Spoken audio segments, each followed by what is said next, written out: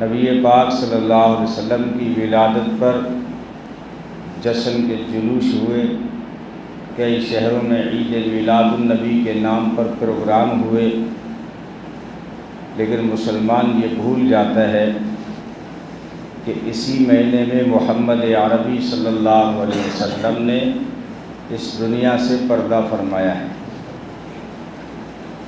بے شک دنیا کے لیے وہ خوشی کا دن تھا جس دن آپ صلی اللہ علیہ وسلم اس دنیا میں تشریف لائے۔ ولادت سے کسی نے انکار نہیں کیا۔ آپ نے جملہ سنا ہوگا کہ میلاد کو نہیں مانتے۔ میلاد کو کون نہیں مانے گا؟ میلاد کے معنی ہے پیدائش، تو پیدائش تو دشمنوں نے مانی ہے۔ دنیا میں کوئی ایسا انسان نہیں آیا جس نے یہ کہا ہو کہ محمد عربی پیدا نہیں ہوئے۔ ولادت سے میلاد سے کسی نے انکار نہیں کیا۔ ہاں، ان کے مشن سے لوگوں نے انکار کیا، ان کی شریعت سے انکار کیا، ان کے اسلام سے انکار کیا، لیکن کسی غیر نے بھی ولادت سے انکار نہیں کیا۔ اور ولادت کوئی منانے کی چیز نہیں ہوتی۔ اسلام نے نہ برتھ ڈے منانے کا حکم دیا گیا، نہ ڈیٹ آف ڈیتھ منانے کا حکم دیا گیا۔ یعنی کوئی پیدا ہو رہا ہے تو اس دن کی کوئی اہمیت نہیں اسلام میں، اور کوئی وفات پا رہا ہے تو اس کو بھی منانے کا دن نہیں بنایا۔ ہاں، یہ بات اپنی جگہ مسلم ہے کہ جب آپ صلی اللہ علیہ وسلم جس دن پیدا ہوئے تو اس دن کائنات کے ذرے ذرے کے لیے خوشی کی بات تھی۔ لیکن ایک دن مدینے میں یہ بھی آیا، وہ بھی ربیع الاول میں۔ محققین جو علماء ہیں انہوں نے تحقیق بیان کی ہے۔ ایک ہوتے ہیں مشہور قول، مشہور قول جو ولادت کا ہے وہ 9 ربیع الاول ہے، اور جو وفات کی تاریخ مشہور ہے وہ 12 ربیع الاول ہے۔ لیکن جو محققین ہوتے ہیں، تحقیق اور ریسرچ کرنے والے ہوتے ہیں، وہ اس بات پر پہنچے ہیں کہ آپ صلی اللہ علیہ وسلم کی ولادت اور وفات ربیع الاول میں ہوئی ہے، دونوں ہی۔ پیدائش بھی ربیع الاول میں ہے، وفات بھی ربیع الاول میں ہے، لیکن کون سی تاریخ کو پیدا ہوئے اس میں بہت اختلاف ہے۔ کسی نے کہا 8 ربیع الاول، کسی نے کہا 9، کسی نے 11، 12، 13، 21 ربیع الاول تک مختلف اقوال ہیں۔ اور وفات ربیع الاول میں تو ہوئی، دن تو پیر کا تھا، لیکن 12 تاریخ کو کسی بھی کیلکولیٹر سے، کسی بھی کیلنڈر سے پیر کا دن نہیں پڑتا۔ مشہور قول یہی ہے کہ 12 تاریخ کو وفات ہوئی ہے۔ مشہور تو یہ بھی ہے کہ پیر کے دن پیدا ہوئے، لیکن محققین مفتی سعید صاحب پالنپوری رحمۃ اللہ علیہ نے فرمایا اس سلسلے میں کوئی صحیح روایت نہیں ہے کہ پیر کی ولادت ہوئی ہو۔ ہاں، پیر کی وفات ہوئی، یہ صحیح تاریخوں سے ثابت ہے۔ اور کہتے ہیں دن پیر کا ہو تو 12 ربیع الاول بیٹھتا ہی نہیں ہے۔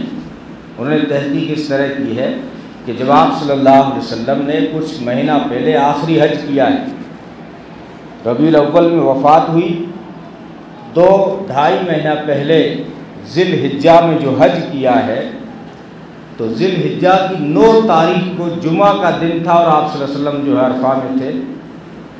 یہ صحیح روایتوں سے ثابت ہے کہ آپ صلی اللہ علیہ وسلم نے جب آخری حج کیا ہے تو 9 ذی الحجہ کی جو دن تھا، تاریخ تھی، وہ دن جمعے کا دن تھا۔ تو اب وہاں سے آپ حساب کر کے 2-3 مہینے کا، وہاں سے 2-3 مہینے کے بعد ربیع الاول میں دنیا سے چلے گئے۔ اب آپ چاند کے کیلکولیٹر نکالو، کیلنڈر نکالو، کہ اگر تینوں مہینوں کو آپ 30 کے قرار دے دو، یا تینوں مہینوں کو 29 کے قرار دے دو، یا ایک مہینے کو 29 کا قرار دو، ایک کو 30 کا قرار دو، یا 2 مہینے 30 کے کر دو، ایک 29 کا کر دو، یا 2 29 کے کر دو، ایک 30 کا کر دو، کسی بھی صورت میں 12 ربیع الاول کو پیر نہیں آتا، سوموار کا دن نہیں آتا۔ یہ ایک محققین کی تحقیق ہے۔ لیکن یہ بات مسلم ہے کہ آپ صلی اللہ علیہ وسلم کی جس طرح ولادت ربیع الاول میں ہوئی ہے، اسی طرح وفات بھی اول میں ہوئی۔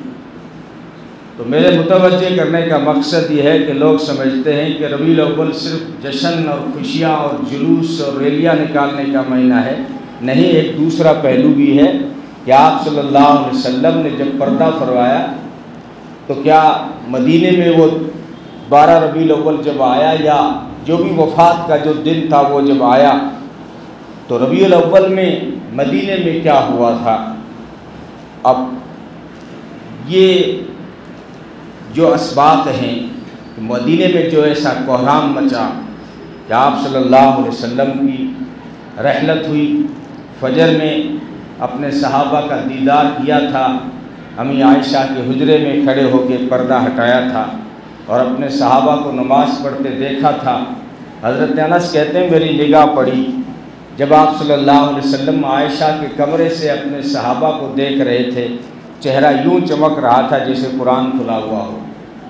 لیکن تھوڑی دیر کے بعد میں، 1-2 گھنٹے کے بعد میں، صبح کے وقت میں وفات ہو جاتی ہے، اس دنیا سے پردہ فرما جاتے ہیں۔ اس وقت مدینے میں کیا ہوا؟ مولانا ابوالکلام آزاد نے لکھا ہے پورے مدینے میں کوہرام مچ گیا، ذرہ ذرہ رو رہا تھا، یوں لگے تو درختوں سے سسکیاں آ رہی تھی۔ عجیب حال تھا، عمر جیسا مضبوط اور جری انسان بھی فرط غم میں نڈال ہو گیا اور تلوار نکال لی، بولا خبردار اگر کسی نے یہ خبر اڑائی تو گردن اڑا دوں گا۔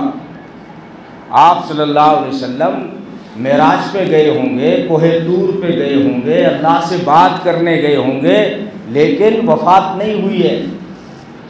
اب یہ کیا تھا؟ غم تھا۔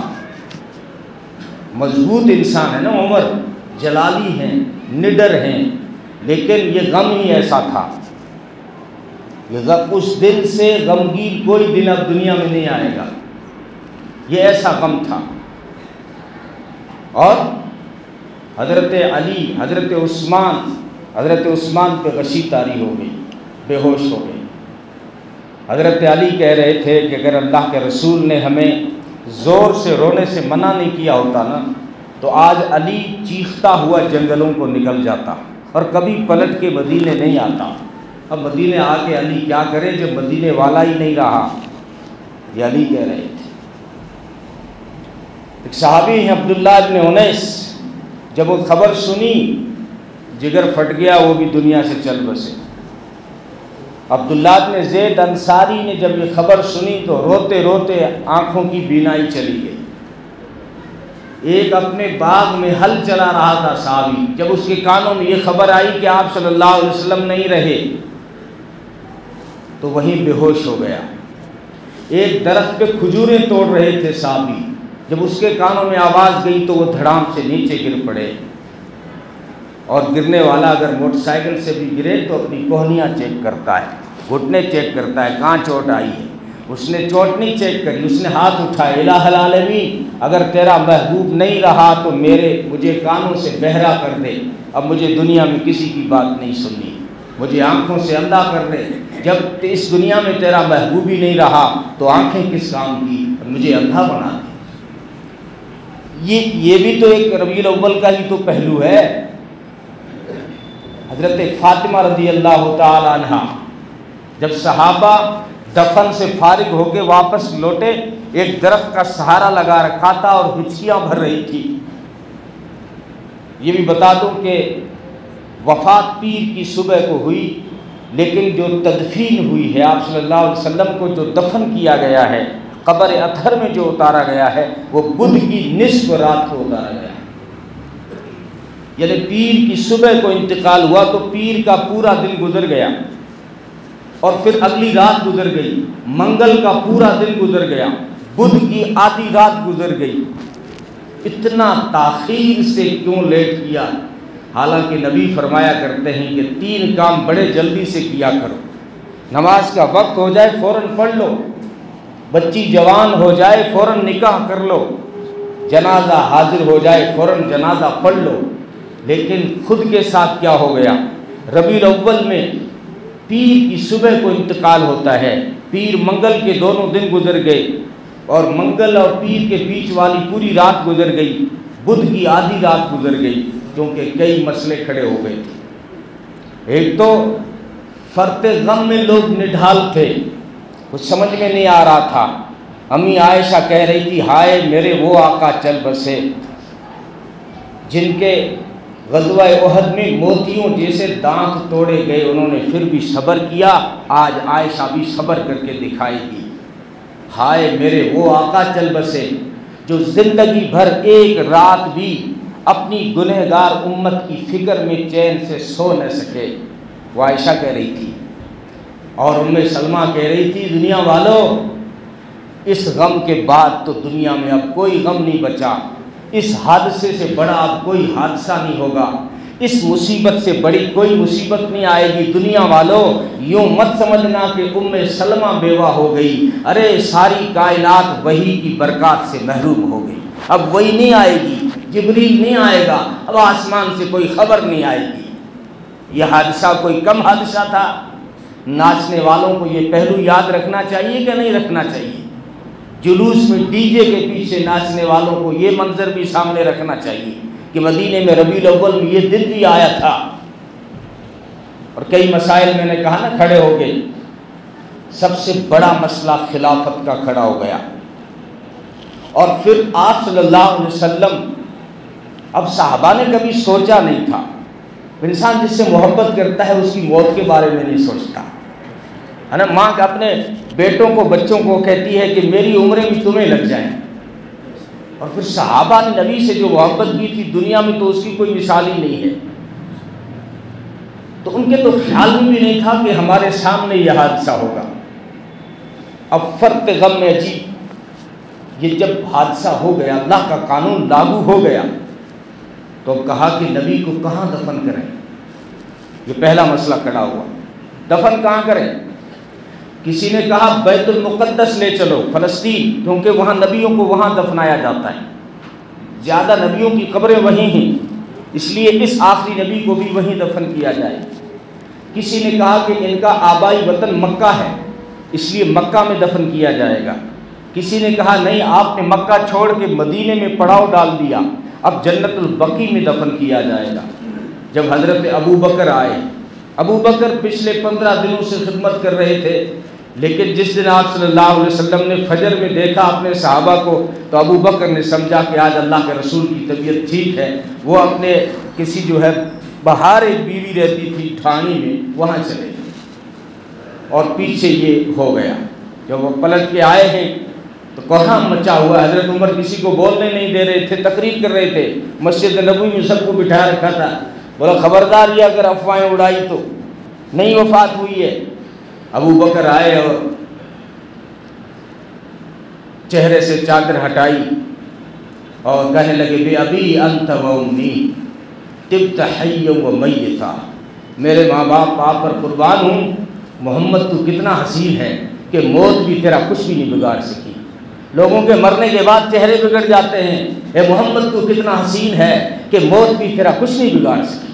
طبت حیا و میتا، تیری زندگی بھی پاکیزہ تھی، تیری موت بھی پاکیزہ ہے۔ عمر سے کہا اجلس، یا عمر بیٹھ جائیے، عمر نے نہیں بیٹھے، ابو بکر نے دوسری طرف خطبہ شروع کر دیا، اور لوگوں میں یہ تجسس تھا کہ عمر تو نہیں بولنے دے رہے، لیکن آج وہ کیا کہتے ہیں جو ہر وقت ساتھ رہتے تھے، جو غار میں بھی ساتھ میں تھے، وہ کیا کہتے ہیں؟ ابو بکر نے کہا ان اللہ عمر محمد صلی اللہ علیہ وسلم وابقى حتى أقام دين الله وأظهر أمر الله وجاهد في سبيل الله ثم توفاه الله على ذلك وقد ترككم على الطريقة فإن منكم الله ربه فهو حي لا يموت ومن كان يعبد محمدا ويجعله إلها فإن إلهه قد مات. فرمایا اللہ نے اپنے محبوب کو مامور کیا تھا کہ وہ جو ہے لوگوں کو اللہ کا پیغام پہنچائیں، لوگوں میں تبلیغ کریں، رسالت پہنچائیں اور جو ہے اللہ کے کلمے کو بلند کرنے کے لیے جہاد کریں. جب وہ پیغام پہنچ چکا ثم توفاہ اللہ علی ذالک، پھر اسی پر اللہ نے اپنے محبوب کو وفات دے دی. لیکن یہ عمر وہ آزاد چھوڑ کے نہیں گئے ہیں، تمہیں ایک راستہ دے کے گئے ہیں، تمہیں ایک طریقہ دے کے گئے ہیں. تمہیں جو ہے اس طرح بے قابو نہیں ہونا ہے. یاد رکھو جو خدا کی عبادت کرتا ہے وہ سن لے کہ خدا پہ کبھی موت طاری نہیں آئے گی، وہ زندہ ہے. تم کس کے لیے سجدے کرتے تھے، کس کے لیے تبلیغ کرتے تھے، کس کے لیے محنتیں کرتے تھے؟ اگر اللہ کے لیے کرتے تھے تو اللہ کے اوپر کبھی موت طاری نہیں آئی، وہ تو ہمیشہ زندہ ہے. لیکن فَإِنَّ مِنْكُمُ اللَّهُ رَبُّهُ وَإِنَّ مِنْكُمْ وَمَنْ كَانَ مُحَمَّدًا يَظُنُّهُ إِلَٰهًا فَإِنَّ إِلَٰهَهُ قَدْ مَاتَ. لیکن جو کوئی محمد کو خدا سمجھتا تھا وہ سن لے کہ محمد پہ وفات طاری ہو گئی. ابو بکر نے اعلان کر دیا. اب حضرت عمر بھی بیٹھ گئے تو پہلا مسئلہ یہ کھڑا ہوا تھا کہ کہاں دفن کیا جائے. بالآخر ابو بکر نے یہ مسئلہ سلجھایا کہ میں نے آپ صلی اللہ علیہ وسلم سے سنا ہے اور اس طرح یاد ہے جیسے ابھی آپ نے فرمایا ہو. وہ یہ ہے کہ نبی جس جگہ پردہ فرما جاتے ہیں، جس جگہ رحلت فرما جاتے ہیں، اسی جگہ دفنائے جاتے ہیں. امی عائشہ کے کمرے میں آخری وقت گزارا اور وہیں سے رحلت فرمائی ہے تو وہاں سے نہیں ہٹایا گیا. جہاں چارپائی بچھائی ہوئی تھی اسی چارپائی کے نیچے قبر کھودی گئی. ابو بکر نے فیصلہ کیا اور نبی کی حدیث سے فیصلہ کیا کہ نبی کا جہاں انتقال ہوتا ہے اسی جگہ دفنایا جائے گا. میں سن چکا ہوں نبی سے. اب دوسرا مسئلہ آ گیا کہ نبی کو غسل دیں یا نہ دیں. تو غسل تو ان کو دیا جاتا ہے جن کے اوپر ناپاکی کا کوئی اندیشہ ہو. یہ تو پاک ہستی ہیں. دنیا میں کون سا پانی ہے جو ان کی پاکی کا مقابلہ کرے گا؟ غسل دیا جائے یا نہ دیا جائے، یہ صحابہ میں بحث چھڑی اور جائز بحث تھی. کیا ضرورت تھی غسل دینے کی دنیا کے پانوں سے؟ لیکن کہا کہ غسل دیا جائے گا، اسلامی شریعت ہے. اور تیسرا مسئلہ کھڑا ہوا کپڑے اتاریں یا نہ اتاریں. پھر فیصلہ یہ ہوا کہ کپڑے نہیں اتارنے. یہ پہنے ہوئے کپڑوں کے اوپر 2 چادریں اور دے دی گئی تھی کفن میں، لیکن غسل کے وقت کپڑے نہیں اتارے گئے. ہماری موت آتی ہے کینچی سے کاٹ دیے جاتے ہیں، اچھے خاصے اتارے نہیں جاتے، کاٹے جاتے ہیں، لیکن محبوب ہستی کے کپڑے نہیں اتارے گئے. اور پھر مسئلہ کھڑا ہو گیا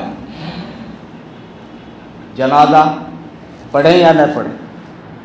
جنازے میں کیا ہوتا ہے؟ میت کے لیے مغفرت کی دعا ہوتی ہے. تو ہم ان کے لیے کیا مغفرت کی دعا کریں؟ ہم تو یوں دعا کریں کہ اللہ ان کے ذریعے سے ہمیں معاف کر دے. معصوم بچوں کی دعا پہ غور کیا آپ نے؟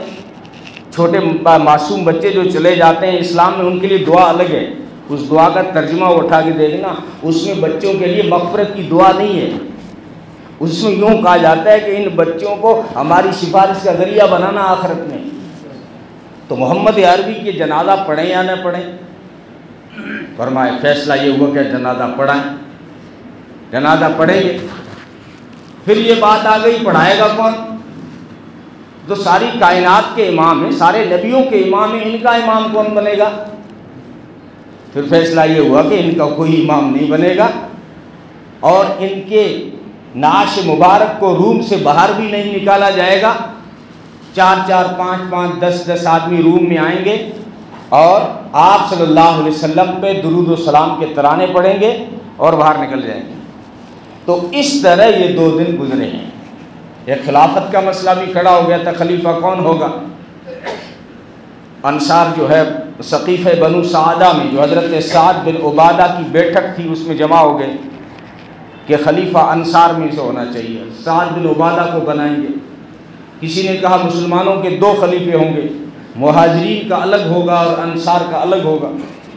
بالآخر حضرت عمر اور حضرت ابو بکر، حضرت ابو عبیدہ بن جراح یہ موقع پر پہنچے اور حضرت ابو بکر کے ہاتھ پہ سب نے بیعت کی، اور نبی کے بعد پہلا خلیفہ ابو بکر صدیق سارے مسلمانوں کا بن۔ یہ تھے مسائل، اور بھی مسائل تھے، لیکن یہ وقت جو گزرا ان مسائل میں سے گزر گیا۔ اور پھر بڑوں نے پیٹ پڑی، رشتہ داروں نے، پھر عورتوں کو موقع دیا گیا، بچوں کو بھی موقع دیا گیا، اور بالآخر آپ صلی اللہ علیہ وسلم کو۔ پھر ایک مسئلہ جب قبر کھودی گئی تو کھڑا ہو گیا کہ قبر کون سی کھودنی چاہیے، بغلی کھودیں یا شق؟ اسلام میں دو طرح کی قبریں ہیں، ایک تو نیچے کھود کے سائڈ میں کھودا جاتا ہے، اس کو بغلی کہتے ہیں، اور ایک سیدھی شق ہوتی ہے، چورس۔ نبی کے لیے کون سی کھودے؟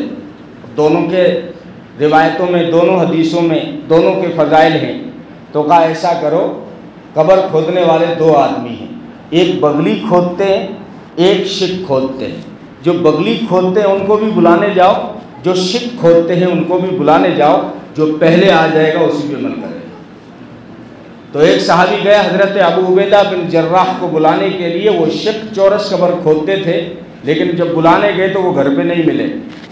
دوسرا آدمی حضرت ابو طلحہ انصاری کو بلانے گئے، وہ جو ہے بغلی کھودنے کے ماہر تھے، تو یہ پہلے آ گئے، اس لیے نبی کے لیے بغلی قبر کھودی گئی۔ مسئلہ یہ ہے کہ زمین کا مزاج دیکھا جائے گا، مزاج دیکھا جائے گا، اگر نرم مزاج ہے تو شق کھود لو، اگر سخت ہے تو بغلی کھود لو۔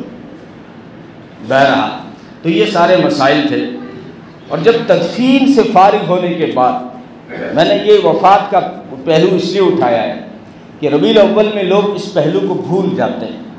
یہ ایک مزاج بن گیا ہے کہ ربیع الاول ایک عید میلاد النبی، ایک جلوس نکالنے کا مہینہ، ایک ریلیاں نکالنے کا مہینہ ہے، کچھ اور سبق لینے کا مہینہ بھی ہے کہ اس ہستی میں جب محمد عربی صلی اللہ علیہ وسلم اس دنیا میں نہیں رہے اور اسی ربیع الاول میں اٹھے تو اب کون رہے گا؟ امی عائشہ فرمایا کرتی تھی اگر اس دنیا میں کوئی ہمیشہ کے لیے رہتا تو محمد عربی صلی اللہ علیہ وسلم رہتے۔ جب ان کے لیے اللہ کا قانون آ گیا اور اللہ نے کہہ دیا وَإِنَّكَ مَيِّتٌ وَإِنَّهُمْ مَيِّتُونَ، میرے محبوب مرنا آپ کو بھی ہے، مرنا ان کو بھی ہے، كُلُّ نَفْسٍ ذَائِقَةُ الْمَوْتِ، موت کا جو ذائقہ ہے وہ ہر نفس کو چکھنا ہے۔ وہ ایک مسئلہ الگ ہے کہ آپ صلی اللہ علیہ وسلم کو ایک حیات ملتی ہے، ہر پیغمبر کو، وہ مسئلہ الگ ہے، لیکن قانون تو لاگو ہوا، قانون جو اللہ کا ہے وہ لاگو ہوا۔ اور صحابہ جب دفن کفن سے فارغ ہو کر بدھ کی رات، اب یہ نصف رات گزر گئی تھی، امی عائشہ فرماتی ہمیں پتہ نہیں چلتا کہ کب تدفین ہوئی، ہم نے بدھ کی نصف رات کے بعد پھاوڑوں کی آواز سنی، تب ہمیں پتہ چلا کہ یہ تو تدفین ہو رہی ہے۔ اب تدفین کے بعد جب صحابہ لوٹے ہیں، بخاری کی روایت ہے، حضرت انس کنارے پہ چل رہے تھے اور صحابہ فرط غم میں تھے، نڈال تھے، آنسو بہہ رہے تھے، ہچکیاں بند رہی تھی۔ فاطمہ نے سوال کر دیا، اب انس سے خاص تعلق بھی تھا نا کہ انس نے 10 سال نبی کے گھر میں خدمت کی ہے، تو بھائی کی طرح تھا وہ، تو انس کی طرف دیکھ کے کہا کہ میرے ابا کو کہاں سلا کے آ گئے؟ تو حضرت انس نے جواب دیا فاطمہ اللہ کے رسول کی بیٹی اس طرح کے سوال نہ کر، ہم تیرے ابا کو مرقد میں سلا کے آئے ہیں۔ کہنے لگی اطابت انفسکم ان تحسوا علی رسول اللہ صلی اللہ علیہ وسلم التراب۔ انس وہ دل کہاں سے لائے تھے، وہ ہاتھ کہاں سے لائے تھے تم کہ میرے ابا اوپر مٹی ڈال دی؟ اور پھر دنیا کی طرف مخاطب کر کے کہا ماذا علی من شم تربت احمد اللہ یشم مد الزمان غوالیا۔ دنیا والوں، جس نے میرے ابا کے قبر کی مٹی سونگھی ہے اس کو دنیا کی خوشبو سونگھنے کی کوئی ضرورت نہیں، دنیا کی کسی خوشبو میں وہ خوشبو نہیں ہوگی جو میرے ابا کی قبر کی مٹی سے آ رہی ہے۔ اور پھر سورج کو مخاطب کیا، کہا صبت علی مصائب لو انہا صبت علی الیام سرن لیالیا۔ یہ تو فاطمہ تھی جس نے محمد عربی کی درسگاہ میں بیٹھ کے صبر سیکھا تھا، اگر یہ غم سورج پہ پڑ جاتا ہمیشہ کے لیے وہ اندھا ہو جاتا۔ یہ فاطمہ تھی جس نے صبر کر لیا۔ میرے ابا نے، میرے آقا نے مجھے صبر کے گر سکھائے ہیں۔ تو یہ بھی پہلو ہے جو ہمیں متنبہ کرتا ہے کہ غرور نہ کر تو آج چند پائی پر، لے جائیں گے تجھے کل چار پائی پر۔ ڈرتا رہ خدا سے شام و سحر میں، رہنا ہے تجھے تنہے تنہا قبر میں۔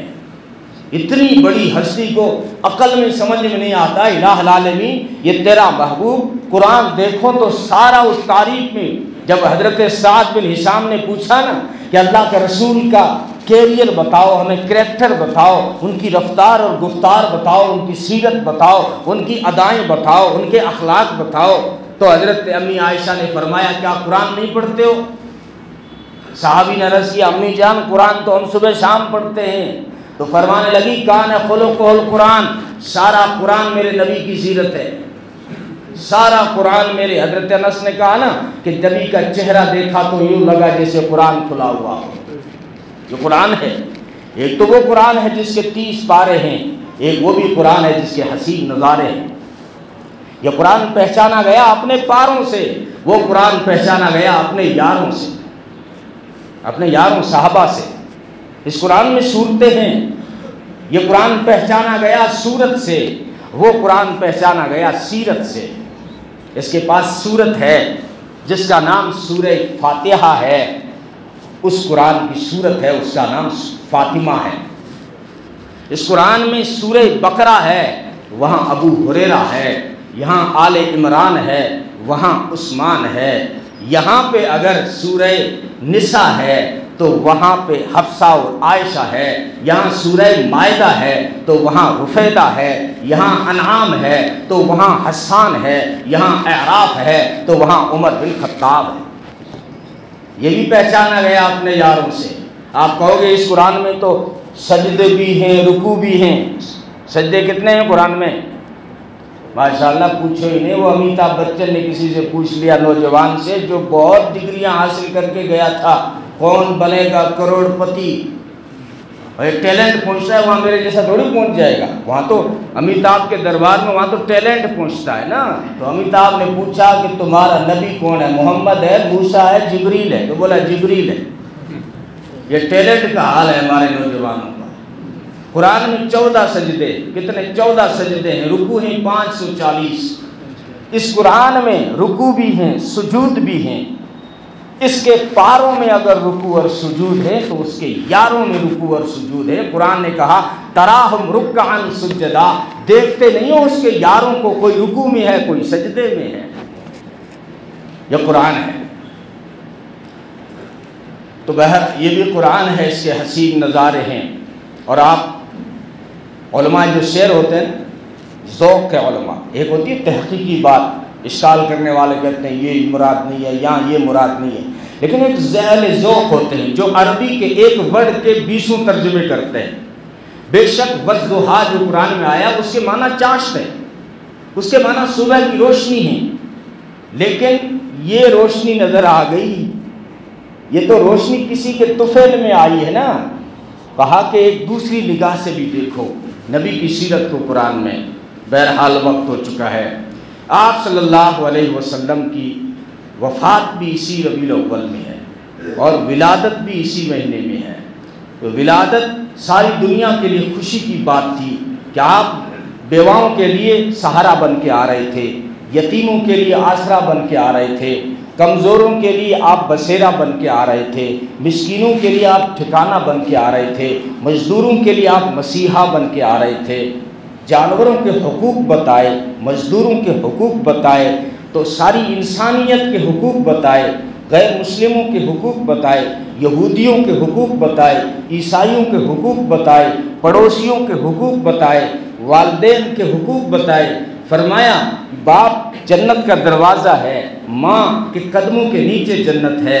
فرمایا 2 بیٹیوں کے نام اچھے رکھ لو، تعلیم و تربیت کا انتظام کر لو، تم پہ جنت واجب ہو جائے گی۔ بہنوں کو حق دیا، فرمایا بہنوں کے نکاح تک خرچ کرتے رہو، تم پہ جنت واجب ہو جائے گی۔ فرمایا بڑا بھائی باپ کے مقابلے برابر ہے، اس کو درجہ دیا بڑے بھائی کو باپ کا۔ فرمایا خالہ جو ہے ماں کے برابر ہے۔ اس حقوق بتائے، ہر ایک کے حقوق بتائے، بیوی کے بھی حقوق بتائے، بیوی کے، ہاں اسلام میں بیوی کے بھی حقوق ہیں، بلکہ اسلام میں بلی کو ستانے والا جہنم میں چلا گیا۔ وہ ہے نا آپ نے حدیث میں رکھی ہوگی، بنی اسرائیل کا بوڑھی عورت تھی جس نے بلی پالی تھی اور اس کو باندھ کے رکھا، نہ کھلایا نہ چھوڑا۔ نبی نے فرمایا جانوروں کو یا تو چارہ ڈالو، پانی دو، یا کھلے چھوڑو، باندھ کے بھوکے مت رکھو۔ تو اس نے بلی پالی لیکن کھلایا کچھ نہیں، پلایا کچھ نہیں، مر گئی۔ اس عورت کے لیے دوزخ کا فیصلہ ہو گیا، بلی کو نہ کھلانے کی وجہ، بلی کو ستانے کی وجہ سے۔ تو میں کہا کرتا ہوں بلی کو ستانے والے دوزخ میں جاتے ہیں تو بیوی کو ستانے والے کہاں جائیں؟ حقوق بتائے۔ امی حضرت خدیجہ کو بخار آ گیا تو بیٹی فاطمہ سے کہا تیرے ابا کو کہو کہ مجھے ٹھنڈ لگ رہی ہے، وہ چادر دیں، مجھے ٹھنڈ لگ رہی ہے، بخار ہے۔ جب فاطمہ نے جا کے کہا ابا جان امی کو بخار آ گیا ہے اور امی کو ٹھنڈ لگ رہی ہے، آپ اپنی چادر دے دیں، تو نبی پاک صلی اللہ علیہ وسلم خود تشریف لائے اور خدیجہ کے سرانے کھڑے ہو کے کہا خدیجہ آج تو نے چادر مانگی ہے، اگر تو چمڑی بھی مانگتی تو محمد اتار کے دے دیتا۔ یہ احترام دیا ہے، چمڑی کوئی اتار کے نہیں دیتا۔ یہ بیوی کو احترام دیا کہ نہیں دیا؟ امی عائشہ نے کہا اللہ کے رسول آج میرے سر میں درد ہو رہا ہے، میرے سر میں درد ہو رہا ہے۔ تو نبی نے فرمایا عائشہ یہ درد تیرے سر میں نہیں محمد کے دل میں ہو رہا ہے۔ یہ احترام دیا ہے سب کے لیے، ماؤں کے لیے، بہنوں کے لیے، بھائیوں کے لیے، یتیموں کے لیے۔ بے شک ربیع الاول کی آمد ساری دنیا کے لیے خوشی کی بات تھی، لیکن ایک پہلو یہ بھی ہے کہ اسی ربیع الاول میں آپ صلی اللہ علیہ وسلم نے دنیا سے پردہ اٹھایا ہے۔ اس میں پیغام یہ ہے کہ سنبھل کے چلے انسان، یہ جو ہے کسی کی ساتھ وفا اس نے نہیں کی ہے۔ بڑے بڑے پیغمبروں اولو العزم رسولوں کے ساتھ جب اس کا یہ فیصلہ اور یہ قانون چلا ہے تو میں کہا کرتا ہوں جب یہاں فاطمہ کا ابا نہیں رہا تو اب کس کا ابا رہے گا؟ یہاں جب امی عائشہ کا شوہر نہیں رہا تو اب یہاں کس کا ہسبینڈ رہے گا؟ سب کا نمبر آنا ہے، اس لیے تیاری کر لیں، نمازوں کی پابندی کر لیں، آپ صلی اللہ علیہ وسلم کی سیرت جو ہے اس کو عملی زندگی میں لانے کی کوشش کریں۔ اللہ تعالیٰ ہم سب کو عمل کی توفیق عطا فرمائے۔